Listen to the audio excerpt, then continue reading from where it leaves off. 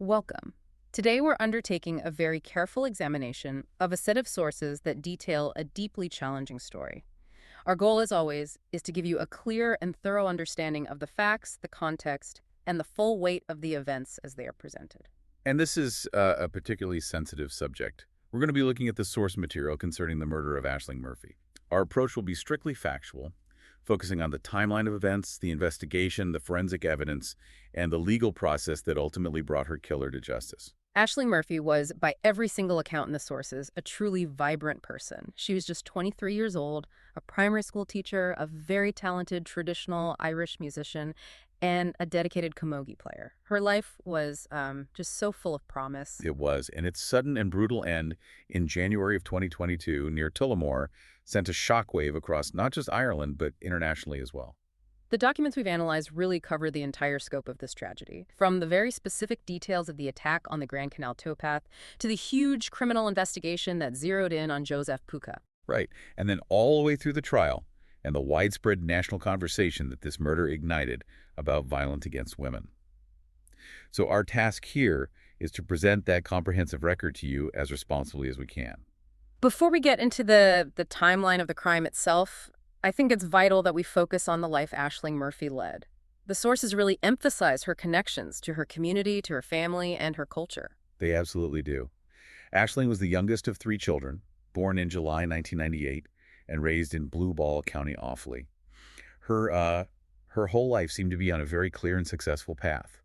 She went to the Sacred Heart School in Tullamore, then on to Mary Immaculate College in Limerick. And she earned a Bachelor of Education there, graduating in October 2021. That's right. And she'd already secured a full-time teaching position. She started in September 2021, just a few months before she was killed, teaching first-class pupils at Scoil Naom Council in Duro. So she was living out her chosen career really just at the very beginning of it. Exactly. And her life outside of the classroom was, well, it was just as full. Traditional Irish music was a huge part of her family. The sources even note that her father had performed with the Furies, who were a very well-known group. And Ashley herself was an exceptionally gifted fiddle player. She was. She performed all over the country with the National Orchestra of Comhaltas Sealtóirí Éireann. She played at major festivals, and she also gave private music lessons from her home. On top of all that, she was an active sportswoman playing camogie for her college and her local club. And the sources also make it very clear that her personal life was just as settled and happy. Yes. She and her boyfriend, Ryan Casey, had been together for over 5 years. They were in a very committed relationship and were planning to get married. So the loss wasn't just of a young life, but of a whole future that they had planned together. It's just devastating. It is. And it's against that backdrop of a life so fully lived that we have to turn to the digital evidence that recorded her final minutes on January 12, 2022. And this technology, these wearable devices, they gave the prosecution a completely objective forensic anchor for the entire timeline. An anchor is the perfect word for it. So let's lay out that digital footprint. Ashling finished work at 2:00 in the afternoon. She was seen on CCTV just 7 minutes later walking to her car. She then drove a very short distance to the Dangeen Road car park in Tullamore, right next to the Grand Canal. And the sources are very precise here. She began her walk along the towpath, heading east towards a landmark called Digby Bridge at exactly 2:51 p.m. The key piece of evidence, as you mentioned, came from her Fitbit, a Versa 3 smartwatch. Right, and that device had both an activity tracker and geolocation that was linked to her phone. So it was recording her movements and her physiological data in real time. The data shows her walking at a brisk pace, about 6.5 kilometers per hour. The kind of pace you'd expect for a routine walk for exercise. Exactly, it was purposeful. But then at precisely 3:21 p.m., that smooth, consistent data flow just stops cold. And what does the device record at that moment? At that exact moment, the Fitbit's data logs what the official report calls erratic fluctuations consistent with a violent attack. And this is what transforms a piece of personal tech into a silent, objective witness. So it pinpoints the exact start of the assault. It does. And following that initial struggle, her heart rate, as recorded by the device, begins to drop very, very rapidly. That decrease continues until 3:27 p.m. And then, the most critical piece of data, the device stops recording any heartbeat at all at 3:31 p.m. So the sources give us this horrifyingly precise window for the attack. The entire struggle and the moment of her death, all established objectively before any human witnesses could even be found. Yes. Now, moving to the physical nature of the crime, the source material describes the attacker overpowering her. He dragged her off the main towpath and into a very steep adjacent ditch that was filled with thick briars and thorns. And the post-mortem findings detailed just how extreme the violence was. The official cause of death was confirmed by the pathologist, Dr. Sally Ann Collis. It was cardiorespiratory arrest, which was a direct result of acute blood loss. The specific injuries were just devastating. The sources document 11 separate stab wounds, all concentrated on the right side of her neck. And those were in addition to a single, longer incision that went across the front of her neck. Dr. Collis confirmed these wounds severed major blood vessels, both the left and right jugular veins and the right carotid artery. And there was another crucial detail from the post-mortem. The sources note that the assault also damaged her voice box. Yes, and the implication of that is just profound. It means she was likely rendered unable to speak or to cry out for help effectively. It just dramatically limited her ability to alert anyone. We also know she had defensive injuries on her hands. That's right. The presence of those defensive wounds proves she fought back, and she fought back desperately. And those injuries, as we'll discuss, became a really vital part of the forensic case later on. And all of these grim physical facts were then corroborated by eyewitnesses. Correct. Crucial testimony came from two other teachers who happened to be jogging along the same path, Jenna Stack and Oife Marin. They came upon the scene. What did they see initially? At first, they noticed a distinctive mountain bike just lying in the hedge, and they thought maybe someone had just fallen off. But then Jenna Stack looked down into the ditch. And she saw them. She saw a man crouched over a woman, holding her down. She described seeing the woman's legs kicking vigorously in what she called a scissors-like motion. She said she knew instantly it was a struggle, a desperate cry for help. And she challenged him, right? She did. She shouted, "What are you doing?" And the man immediately shouted back, "Get away."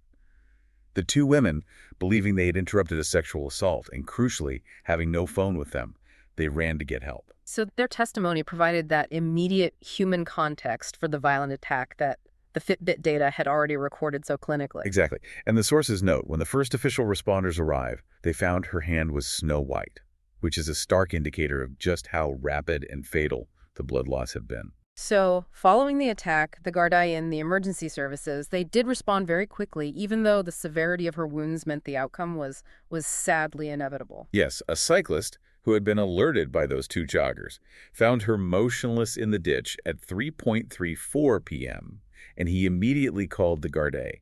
Two officers were on the scene within 10 minutes. And they began CPR straight away. They did. Despite her obvious condition, they moved her body out of the ditch and onto the towpath to try and help with resuscitation efforts, and they continued that for over 10 minutes. Paramedics arrived not long after that at 3:56 p.m.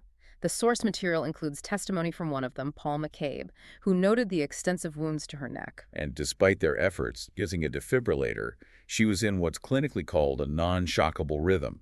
She showed, and I'm quoting here, no signs of life. She was pale, had no pulse, and her pupils were fixed and dilated. And resuscitation was officially stopped shortly after 4 p.m. Yes.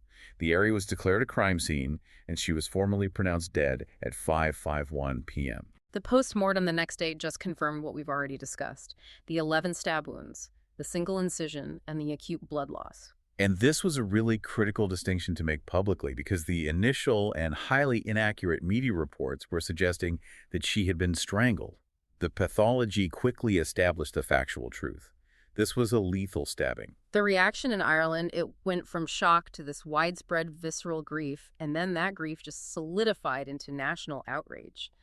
It's difficult to think of a comparable event in recent Irish history that provoked such a unified and immediate response. The sources really quantify that response. Yeah. Tens of thousands of people attended vigils, not just across Ireland, Tullamore, Dublin, Belfast, Limerick, but internationally too. Right. In cities like London, New York, Melbourne, Glasgow, this wasn't just a local tragedy. It became a transnational statement.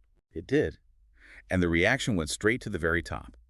The president, Michael D. Higgins, released a statement of profound sympathy, honoring her short but brilliant and generous life.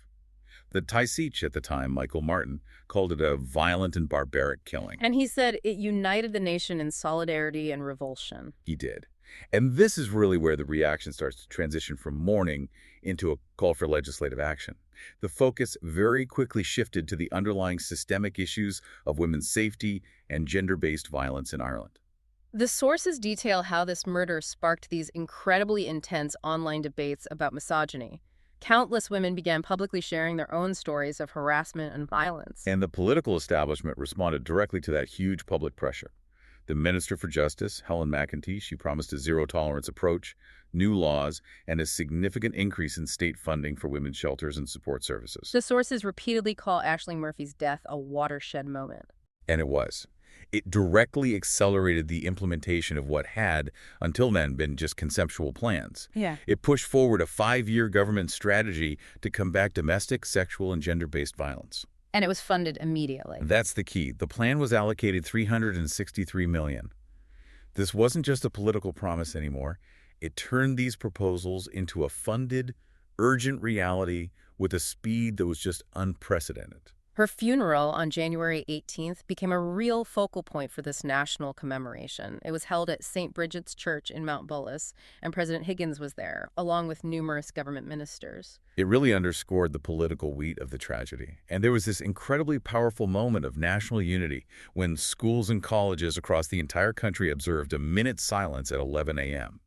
And her former pupils, they formed a guard of honor holding red roses, a symbol of the life and the career that she had really just begun. During the service, symbols of her life were brought to the altar: her fiddle, her camogie jersey, a family photo, and a school book.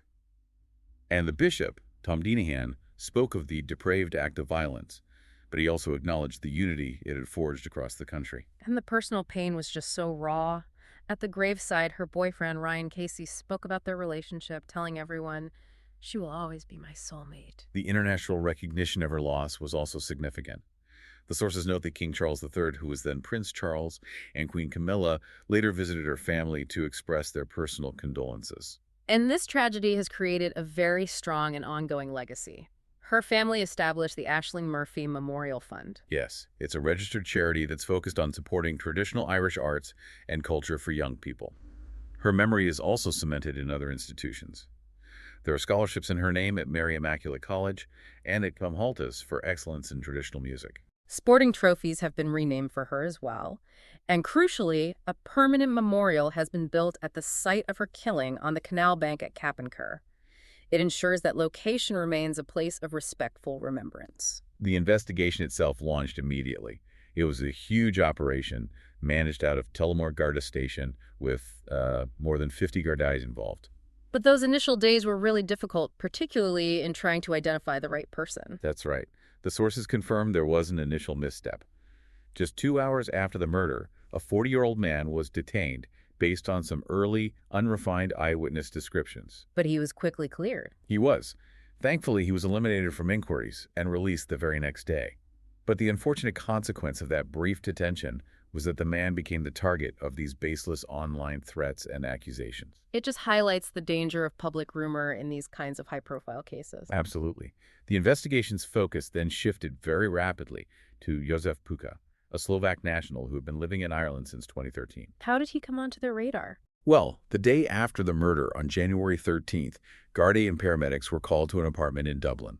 Puka was there, and he was claiming that he had been stabbed in a completely separate and unrelated assault in a place called Blanchardstown. And right away, there were inconsistencies. Immediate inconsistencies. He was being treated for 3 stab wounds to his abdomen, but they were superficial. They weren't fresh, and they weren't bleeding actively. But more importantly, Gardaí immediately noticed deep scratches all over his face, his head, and his arms. And he tried to explain those away. He did. He claimed he got them when he was being dragged during this supposed assault in Blanchardstown. But Detective Inspector Shane McCartan and his colleagues, they recognized those marks instantly. They looked exactly like what you would get if you had crawled through thick briars. A detail that was highly consistent with the crime scene, where Ashling had been dragged into that overgrown ditch. Precisely. And on top of that, his story about his movements the day before was just completely inconsistent. He claimed a friend drove him from Tullamore to Dublin, but the timeline, the details, they just didn't line up with any confirmed reports. So that combination, the unexplained injuries that matched the crime scene and the inconsistent alibi, That's what elevated him to a person of interest. A primary person of interest. Mhm. And this led directly to the most pivotal moment in the entire investigation, the interview they conducted at St. James's Hospital on the evening of January 14th. He was interviewed in a private room by two detectives with a third Garda sergeant present, and they used a Slovakian interpreter over a speakerphone. Yes, the sources confirmed that after he had undergone surgery the night before, he was formally told that he was a person of interest in the murder. His response became the absolute cornerstone of the prosecution's case. He confessed. He did. He asked the interpreter to tell the detectives his exact words. I did it, that I killed her. But to tell him also that I did not do it intentionally, that I didn't want to do it, and that I'm very sorry I did it, that it happened. He then signed a note, written in English by one of the detectives, which read, I did it, I murdered, I am the murderer. Devastating evidence. But the real clincher, the one detail that proved his guilt beyond any doubt, was what he said next. This was the non-public detail. Exactly. It involved the specific mechanism of injury. He started talking about trying to quiet Ashling, and then he said, in English, I tell her go, I won't hurt you. When she pass, I cut her neck. She panic, I panic. And that admission that he had cut her neck, that was a detail known only to the killer, the Gardai, and the pathologist. Right. The media at that point were still running with the initial incorrect story that she had been strangled. So this key undisclosed fact created an undeniable link to the crime scene evidence. And it essentially sealed his fate. He also admitted during that same conversation that the wounds he was being treated for, the ones in his abdomen, were self-inflicted. He did. After that confession, the investigation just intensified, focusing on all the physical evidence linking him to the Grand Canal path, especially that distinctive black and green Falcon Storm mountain bike that was found at the scene. Puka was then discharged from the hospital on January 18th. And he was immediately arrested and taken to Tullamore Garda Station for formal processing, fingerprinting, DNA, blood samples. He was charged the following evening. His first court appearance, the sources describe a really intense atmosphere. It was. A large, angry crowd gathered outside the Tullamore District Court, shouting as he was brought inside. Ashling Murphy's family were there in the courtroom, holding framed photos of her. He was then remanded in custody. And the sheer scale of this investigation, it just highlights the rigor of the Gardai's work. It really does. The sources confirmed they reviewed something like 25,000 hours of CCTV footage. They used it to track both Pujeka's movements and Ashling's movements, linking him directly to that bicycle. And when you combine that with the mobile forensics, her Fitbit, her smartphone, it created this meticulous reconstruction of events that really formed the bedrock of the prosecution's case. The trial started in October 2023 at the Central Criminal Court in Dublin. And it was a lengthy process, really defined by just the overwhelming weight of the prosecution's scientific and circumstantial evidence against the defense's shifting and ultimately unbelievable story. Pushaka pleaded not guilty, which meant the prosecution had to methodically present every single piece of that evidence to the jury. They did. But before the full trial got underway, the defense made a key legal challenge. They tried to get certain evidence excluded. What specifically? They argued to have the extensive CCTV footage thrown out, claiming it was a breach of Putoka's privacy rights. And they tried to exclude the hospital confession, arguing he was medically unfit because of the medication he was on at the time. But the judge, Tony Hunt, he ruled all of it admissible. He did. Regarding the confession, he was very clear. He stated that the Gardai are not legally required to get a medical assessment before interviewing a suspect, as long as they follow the standard caution procedures, which they had done. And that ruling meant the jury heard the full, powerful confession, including that key detail about cutting her neck. Yes. And to set the stage a little, the sources provide some background on the accused. Jozef Pušika was a Slovak Romani man who'd been living in Ireland since 2013. He moved to Tullamore in 2015. At the time of the murder, he was living in a house with a large extended family, his wife, 2 brothers, their wives, and a total of 14 children between them. He had stopped working a few years prior due to a reported back injury and was receiving disability allowance. Now, the prosecution couldn't introduce his prior record as evidence for this specific murder charge, but the sources do note that he had been a person of interest in 2 previous assaults on women abroad. Right, one in Prague and one in the UK. He also had a juvenile probation record in Slovakia. Again, this wasn't the basis for the conviction, but it provides some background context. So, the physical and circumstantial evidence the prosecution presented, it was meticulously layered, starting with that Falcon Storm mountain bike. Yes. CCTV footage placed him cycling that specific bike near the crime scene, both before and immediately after the time of the attack. But the case went beyond just showing he was in the area. It demonstrated a pattern of targeting behavior just moments before the attack on Ashling. That's a critical point. The Gardaí established that Puska had followed at least 2 other women in Tullamore that same afternoon. One of them, a woman named Anne-Marie Kelly, gave really compelling testimony. What did she say? She said that Puska was following her slowly as she walked her dog. She actively tried to get away from him by taking a road along the canal. It was particularly muddy, hoping he wouldn't follow her on his bike. But he did. He did. She testified that he kept following her on foot, pushing his bike, until she reached Digby Bridge, where the presence of other people seemed to make him turn away. And that evidence was crucial for showing that he was actively pursuing women in that area, suggesting this wasn't just some random, spontaneous encounter. Exactly. It suggested premeditation. Then, the forensic link to the bike itself proved to be scientifically irrefutable. A fingerprint matching Pusha's right ring finger was found on the underside of the saddle. And there was also DNA on the bike. Yes, swabs taken from the handlebars yielded a DNA profile.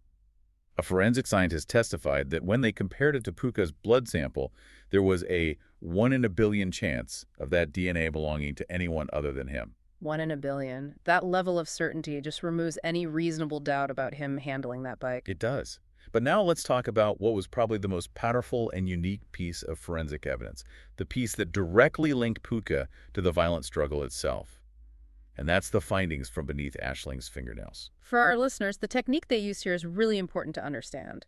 It is, absolutely. The challenge when you have a sample from under a victim's fingernails is that you expect to find mixed DNA, the victims and the attackers.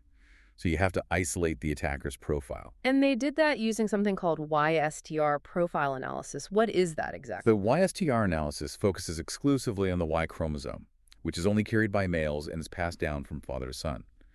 Since Ashling Murphy was female, using this method allowed the scientists to completely filter out her own DNA profile and focus only on the male DNA that was present. So it was the most effective way to find the attacker's DNA that was captured while she was fighting for her life? Exactly. And the YSTR profile they isolated from under her fingernails was a match to Pusha's blood sample. The scientists testified that the chance of this male DNA coming from someone unrelated to him was about 1 in 14,000. And the prosecution used this to argue, definitively, that Ashling Murphy had scratched and fought her attacker in her final moments, securing his DNA and providing that final, incontrovertible link. So you have the full picture, his fingerprint and his DNA, with 1 in a billion certainty on the bike. His targeting behavior just moments before. His specific confession with a detail only the killer knew. And now, his DNA under her fingernails, proving she fought him. And against all of that scientific certainty, Pushika took the stand and offered a very different narrative. A fantastic narrative is one way to put it. Speaking through an interpreter, he claimed he was the victim of an attack by an unknown masked man. He said this same masked man then attacked Ashling Murphy. Pusha claimed he just tried to help her before crawling into a ditch out of fear. He also claimed he couldn't remember confessing at all. Right, citing memory problems. Now, the defense spent a lot of time trying to discredit that hospital confession. They brought in an expert witness who suggested Pusha might have been confused or irrational because of a dose of oxycodone he'd received a couple of hours before the interview.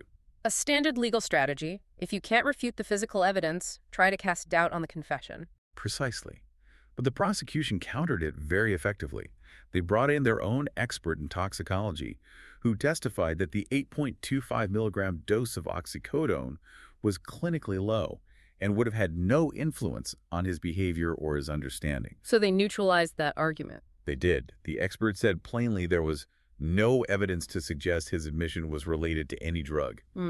In their closing argument, the prosecution just forcefully highlighted all the lies and inconsistencies in Pusha's accounts, describing his defense as a structure of lies and mistruths, some of which I say are absolutely foul and contemptible. And they told the jury the evidence was overwhelming. It's just worth noting one final thing about the trial, and that's motive.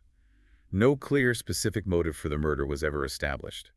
The rumor that Ashling might have known Pusha and was killed for reporting him to TUSLA, the child welfare agency, was formally debunked by the Gardaí. However, the police investigation did establish that Pusha had been very active on dating apps in the weeks before the murder. Yes, messaging with up to 8 women in the area. The police speculation, as it's presented in the sources, was that he may have been targeting women for sexual assault and that he killed Ashling Murphy when she fought back against his attack with such ferocity. After all the weeks of evidence, the jury deliberated for a remarkably short time. Just 2 hours. Then they returned a unanimous verdict of guilty on November 9th, 2023. That speed just reflected the incredible strength of the evidence. And the judge, Tony Hunt, his reaction was very striking. He immediately said he was relieved the jury hadn't wasted time considering what he called the nonsense Puka had offered as a defense. His words from the bench were incredibly powerful. He said, "We have evil in this room, no doubt about that." Pusha was sentenced to mandatory life imprisonment on November 17th. And at that hearing, Judge Hunt actually criticized Irish sentencing restrictions. He did. He noted that mandatory life sentences still allow for parole eligibility after, often, just 12 years. He argued that judges should have the power, like they do in other countries, to set specific minimum terms for the most heinous crimes like this one. And before that sentencing, the court heard the victim impact statements, a critical and just gut-wrenching part of the proceedings. The sources really dedicate a lot of attention to these statements. Ashling's mother's statement was read to the court, and it focused on that parental guilt of failing to protect her darling Ashling. She called Puka an evil monster who should never see the light of day again. Her sister's statement focused on the loss of their shared bond over music. She said Ashling's pink fiddle case now lies covered in dust, and that for her, it was the hardest and cruelest reminder we will never play together again. She spoke directly to the killer in her statement, saying Ashling's last 10 minutes on this earth must have felt like the longest 10 minutes of her life. And her boyfriend, Ryan Casey, he detailed their plans to marry and start a family, all of which were just annihilated. He said directly to Putha, "Because of you, I lost my Ashling. I have lost everything I have ever wanted in life." Casey also pointedly mentioned Pusha's demeanor during the trial, noting how he smirked, you smiled, and showed zero remorse. He summarized the killer as the epitome of pure evil. The legal fallout didn't end with Puchka. 5 of his family members were subsequently charged with obstructing the investigation. Right. This secondary process focused on what the family did in the immediate aftermath of the murder. The trial for his 2 brothers, Merrick and Lubomir Jr., showed they had actively withheld critical information. They knew he had come home injured that night. They knew that, and they failed to disclose that Pusha had admitted to them he had cut or killed a woman. They also helped him travel to Dublin that night to get treatment and to try and establish a false alibi. And the 2 sisters-in-law, they were charged with destroying physical evidence. Yes, Josefina Grunzova and Viera Gajeva. The specific charge was that they burned his blood-stained clothing in their fireplace, clearly knowing he'd committed a crime and with the intent to impede the investigation. And what was the outcome of that trial? In June 2025, the jury returned guilty verdicts. The brothers were found guilty of withholding information. The sisters-in-law were found guilty of destroying evidence.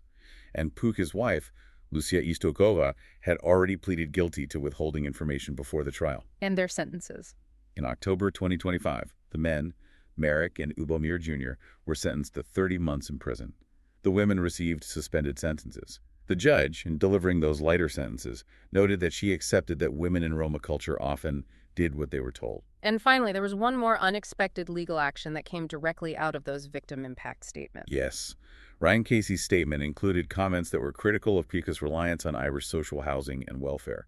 These specific comments became quite controversial. A journalist, Kitty Holland, criticized them on a BBC broadcast. She did. She said those parts of his statement amounted to incitement to hatred and suggested he was being held up as a hero by the far right. And Casey sued the BBC for defamation. He did, in August 2024.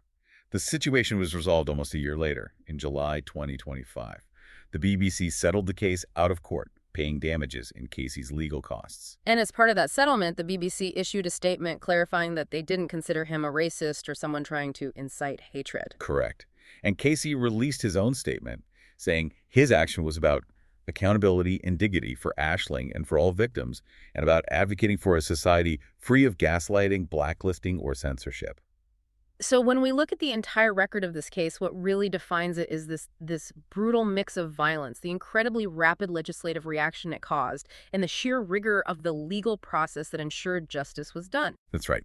The conviction was secured not by one single thing, but by a powerful synthesis of all the facts. They wove together the undeniable scientific certainty of the forensics, that 1 in a billion DNA match, the proof of self-defense under her fingernails, with the irrefutable timeline from her Fitbit. And of course, the specific, detailed admission in his own confession. Exactly. It was a case the defense simply could not overcome. And what we're left with is the profound societal impact. This tragic event became a lightning rod for legislative change in Ireland, accelerating serious government investment and political focus on gender-based violence, all driven by the memory of a young teacher and musician attacked in broad daylight. This case offers a crucial point for reflection that really goes beyond the specifics of the crime and into the future of jurisprudence. We've seen how technology, specifically Ashling Murphy's Fitbit smartwatch, acted as an undeniable silent witness. It provided the critical temporal and physiological data about her last moments. The thought we'd like to leave you with is this. In an era where a single runner's watch can hold the definitive proof of a life's last moments, how must our legal and judicial frameworks continue to evolve to protect and govern this new, powerful class of digital and biometric evidence? Thank you for joining us for this in-depth exploration of the source material. Thanks for listening.